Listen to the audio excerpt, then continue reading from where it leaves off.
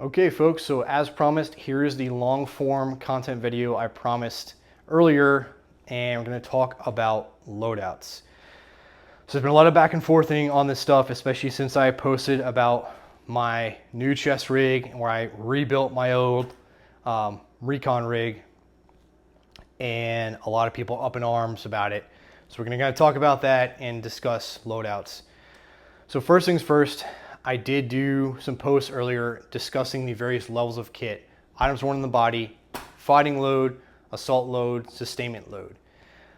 So you can go check those out. They're saved in the guides on my Instagram page. So please do check those out if you haven't already seen them or if you don't really remember the material, because those are important to understanding everything that we're going to be talking about here. These are two examples of fighting loads. And a lot of people, when they start talking about their loadouts, they are very fixated on the fighting load. And you have to remember, there is more that we are taking out than just the fighting load. You got what you're wearing on you, right? And all those pocket items and everything, stuff that goes in your nut ruck, is going to be built upon with the fighting load. So a lot of those little admin items and nav gear and all that stuff can go in your pockets and the nut ruck and everything, which frees up space in your fighting load for the things that you really need. And your fighting load is going to be built off of your mission set and your mission task. And then how you set that fighting load is going to, again, determine what is going into your assault load and your sustainment load as far as munitions are concerned. But then your mission task is going to determine the additional mission essential and specific gear that's going in those two levels of kit as well. So if we're going to start with deep recon and the rig that has broken the internet, apparently, all right, people up in arms. This is built to conduct ground reconnaissance and specifically for deep ground reconnaissance. Now, before we get into what that means, understand that this is going to be worn with a very large ruck on my back. So the concerns about how much it weighs and the forward weight, when you put a huge tick on your back, all that kind of goes away and it's a moot point, and it's 5.56, so it's not very heavy in the first place. But what is deep reconnaissance? Simply put, that is where you are so far from support that you are out of the range of any kind of indirect ground fires. You are out of range of majority of your close air support platforms. And then the platforms that can range you are limited on their ordnance because they had to plus up on fuel, so they can't carry as much ordnance, and then they have limited station time. And you are also outside the range and probably don't even have any troop support, so no quick reaction force, or that quick reaction force is so far away that calling it quick is a true oxymoron. And you are very far away from your logistical support. So I can't just call up on a whim in the middle of a contact, be like, hey, I need more ammo, kick us out some speedballs. That's not going to happen. I am only going to get the resupply that I have pre-designated and coordinated for, and they're their own little operations within the grander scheme of that reconnaissance patrol. So I'm not going to be able to call for stuff on a whim. And especially when I am in contact, if I'm moving when I make contact, or if it happens very quickly from even within a static position, I may not have the time to get message traffic out to the rear, be like, hey, I've been compromised and I'm now in contact. And if I'm in the move, I'm definitely not going to be able to do that. So I have no way of even letting anyone know that I am in contact. So I and the team, we have to be able to sustain ourselves. That means carrying a lot of water, a lot of chow, and a lot of batteries to sustain all of our mission essential equipment of communications to observation. And we have to carry a lot of ammo because we are now our own fire support. If we don't have enough ammo, we cannot sustain ourselves through the contacts, because you cannot expect a one and done situation. If you make contact, your mission is now compromised, and it's very unlikely the enemies will be like, oh, they beat us, we'll just let them go. You have to expect they are going to pursue you, and they're going to pursue you aggressively. So I need the ammo to be able to sustain multiple contacts, and we need to get the team to a pickup point. You're not doing that with 3 mags and a micro rig. All right, you're going to need a lot of ammo. So that's why this rig is built out very robust. And because of all that stuff that has to go into my ruck, I'm not trying to move things off of my fighting load into my assault load, which would be my bug out bag, because all of that ruck space is already at a premium, especially when I want to add water and chow and batteries to reduce the amount of resupplies I need to call in, because every time I call in a resupply, that's a potential compromise and it's a risk to personnel and assets. So I need to reduce that. So I carry in a lot of stuff. And that is why this rig is built out as robust as it is. It's probably very different than what you're used to seeing, because everyone's used to seeing 3 and 4 mag rigs with maybe a smoke grenade and a compass and a map, and that's recce all of a sudden. Recce is not a loadout, okay? It is a task within a mission, and then you build your fighting load based on what your tasks need to be. All right, so when we start calling these things like our recce loadouts, like, understand that it's not a set thing. You are building it for your mission set and the task therein. I can scale this down if I am conducting a reconnaissance mission where I'm in range and I have the ability to call in indirect fire support. I have close air support on strip alert. I have quick reaction forces that are actually close by, and I can call in logistical supply, including on a whim speedballs. Then I don't need to carry 12 mags out. I can drop this thing down to 7 mags plus 1 in the gun gives me 8, and that is my bare minimum personally, and the way I ran my teams, bare minimum of how I would go out on a ground reconnaissance mission. All right, so this does retain some scalability, and that is an important feature when you're building your fighting load. I've said it time and again, I've typed it time and again in post captions, build your fighting loads to be scalable, okay?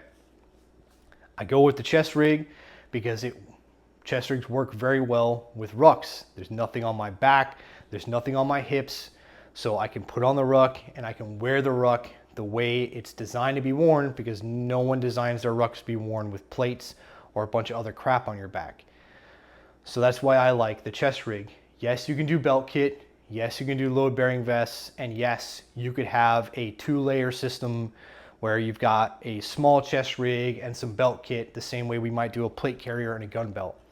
If that's how you want to do it, that's fine. I found that for patrolling, it is far simpler to have one rig instead of multiple. All right, just one rig that has my whole fighting load on it, and I'm done. It makes it much easier when it comes to adding and removing layers.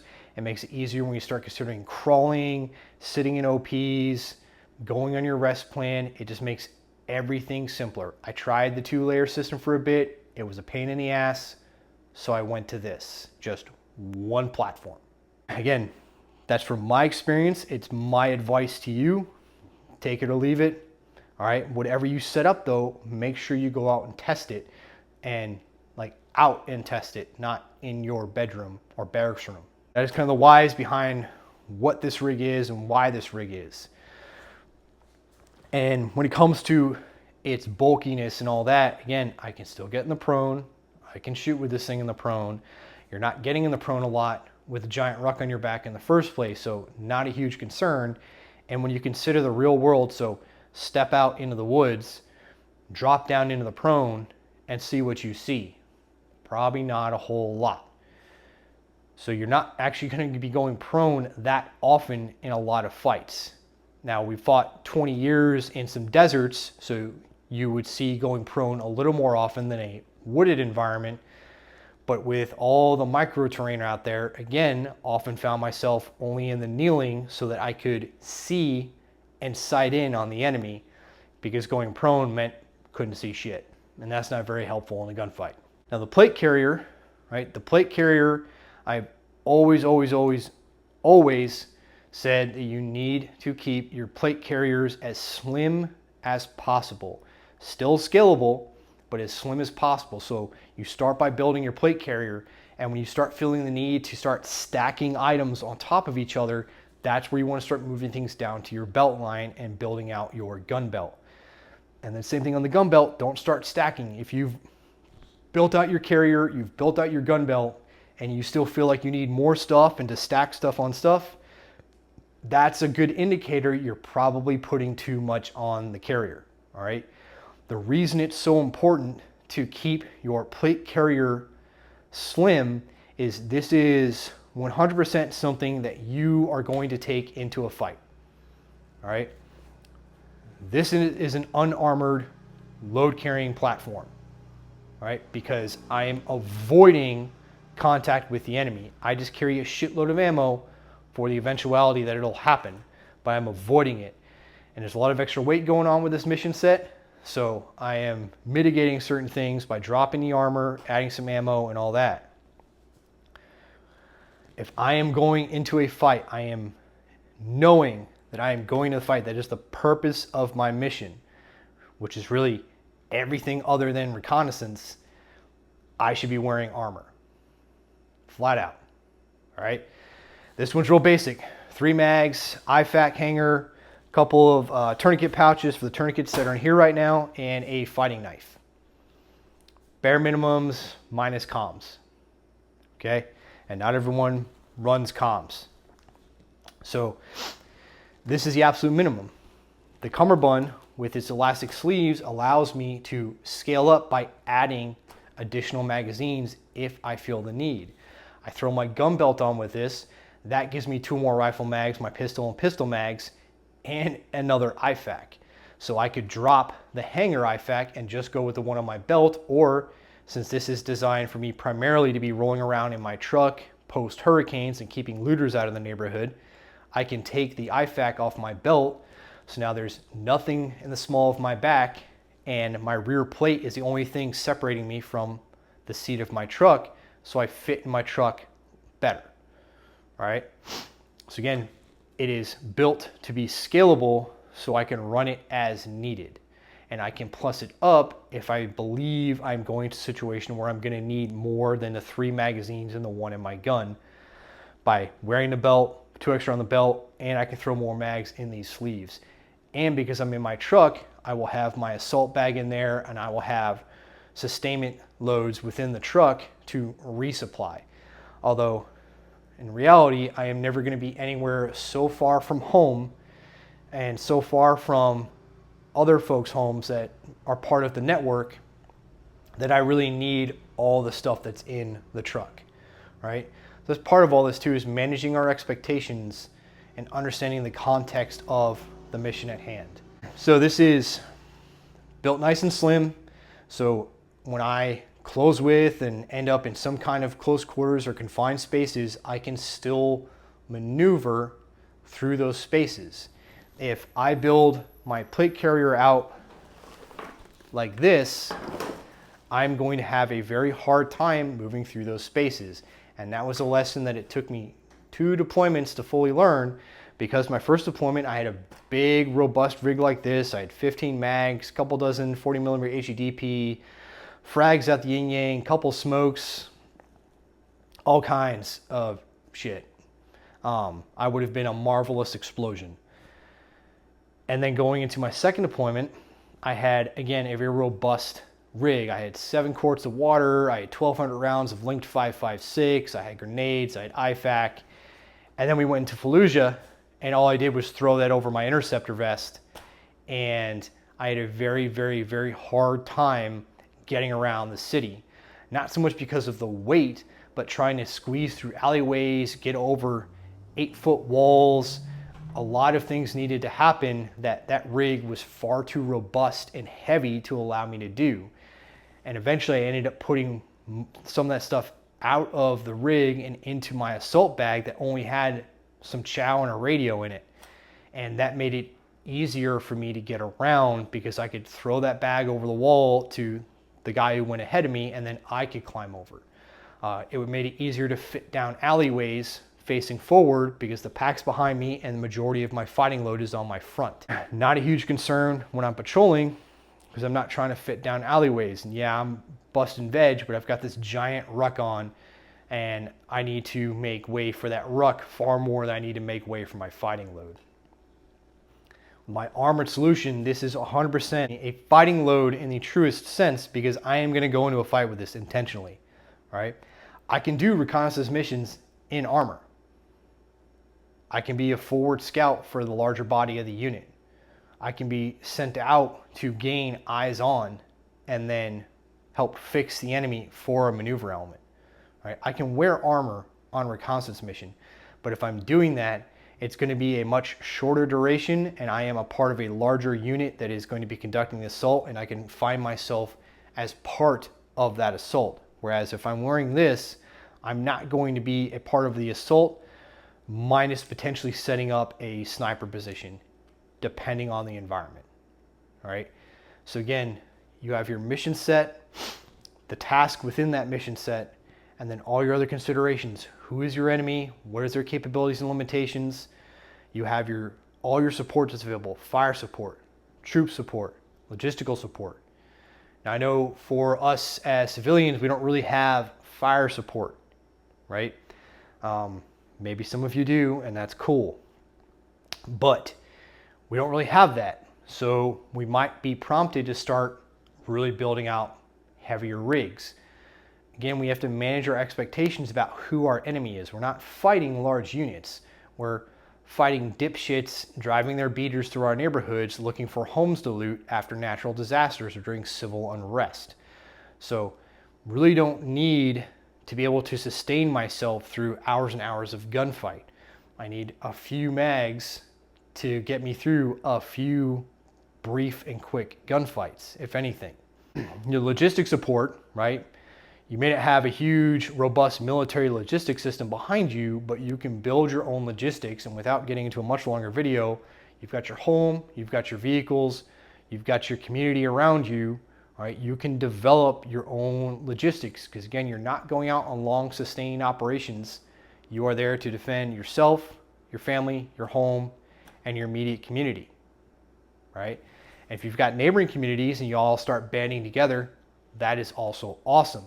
And within those communities, you develop a larger logistical system to support everyone, right? That's how you get there. I think I covered everything. I hope this answers some questions and kind of alleviates some concerns and straighten things out. Obviously, jump in the comments section and say what you're going to say, do what you're going to do. I'll try and put this up on YouTube as well. So if you're seeing this through YouTube, the link to the Instagram page will be in the description. Check that out so that way you're tracking why this conversation is happening in the first place. If you're seeing this from Instagram, the link tree in my bio on the page will take you to the YouTube. Please go check that out. Subscribe, check out the videos, leave comments and likes, all that good stuff.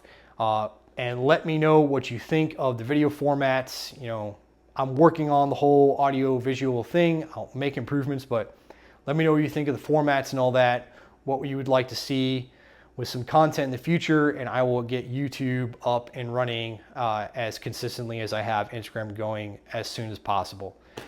Thanks for watching a long video. I appreciate you, and I'll see you on the next one.